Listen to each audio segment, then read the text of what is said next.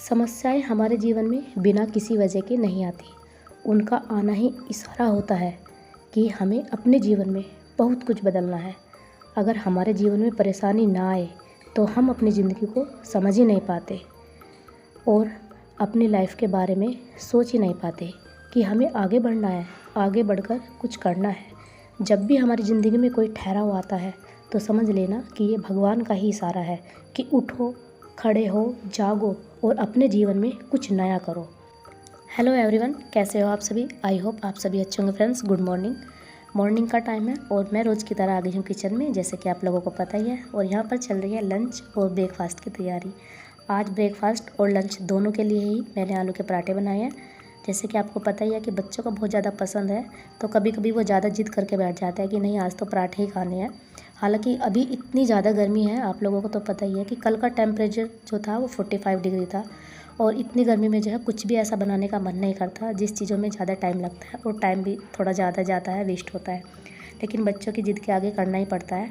और आज जब मैंने पराठे बना लिए थे उसके बाद मुझे इतनी ज़्यादा गर्मी लगी ना, बहुत ज़्यादा गर्मी।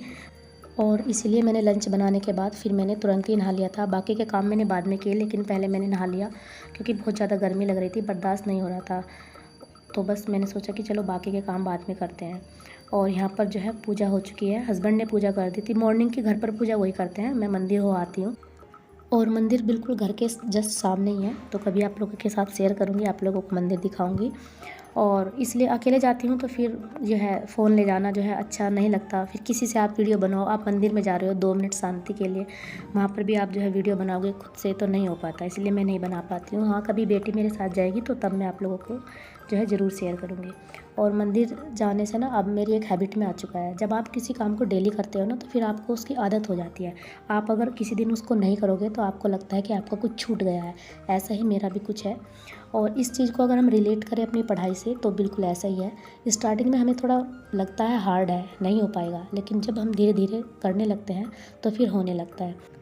जैसे कि आप लोगों के बहुत सारे मैसेज आते हैं, आप कहते हो कि दीदी हमसे पढ़ा नहीं जाता, हमें मतलब नींद आने लगती है या आलस आ जाता है, हम कंटिन्यूटी कैसे बनाएं पढ़ाई पर, आप जो है प्लीज़ हेल्प कीजिए।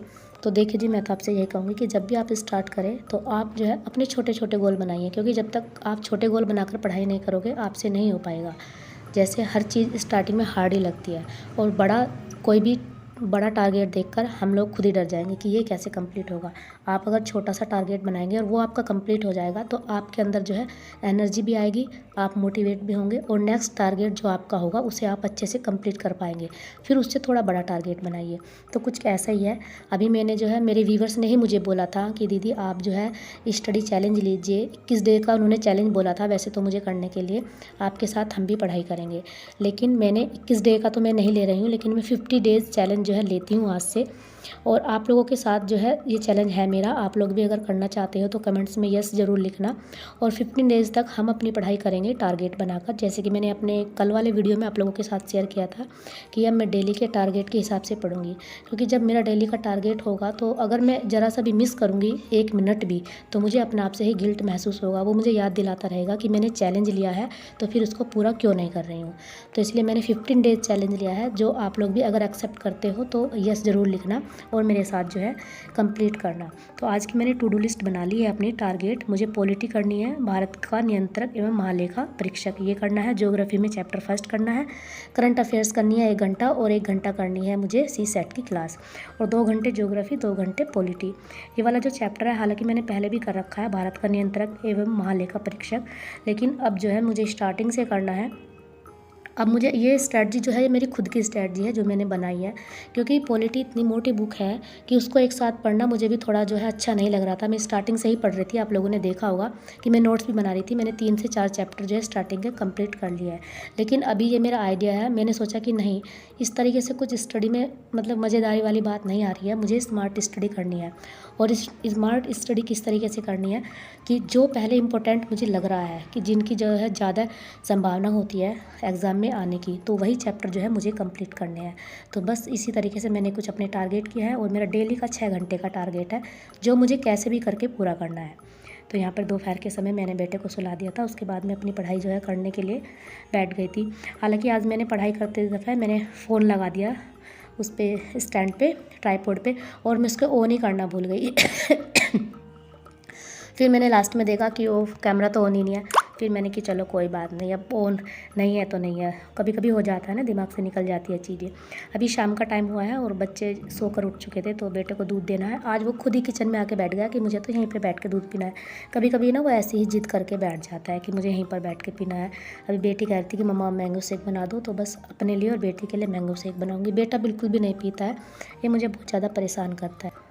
और कुछ कमेंट्स ऐसे भी आते हैं जो कि नेगेटिव होते हैं, हालांकि नेगेटिव कमेंट्स कम ही आते हैं, पॉजिटिव कमेंट्स बहुत ज़्यादा आते हैं। आप लोग इतने अच्छे कमेंट्स करते हो ना, बहुत ज़्यादा, तो उसके लिए आपका तहे दिल से शुक्रिया, थैंक यू।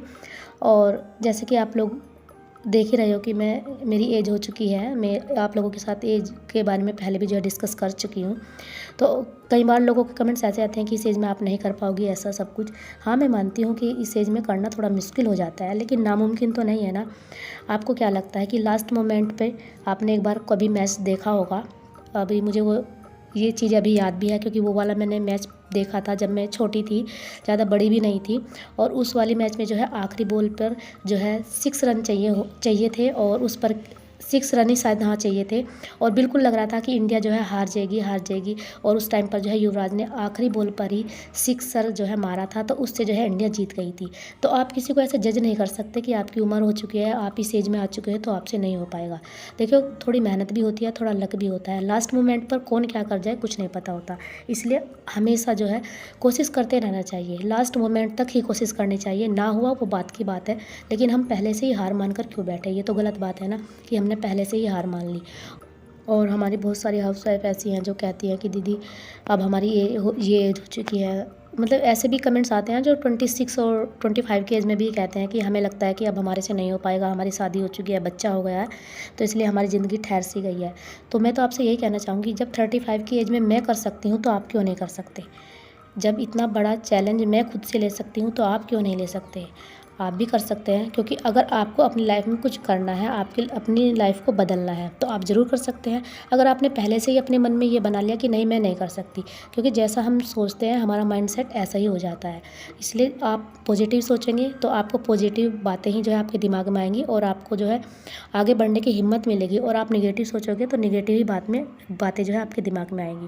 तो इसलिए हमेशा पॉजिटिव सोचा करें। और बस आज के वीडियो लोग कहीं पर एंड करूँगी, आपसे फिर मिलूँगी, तब तक के लिए bye bye and take care.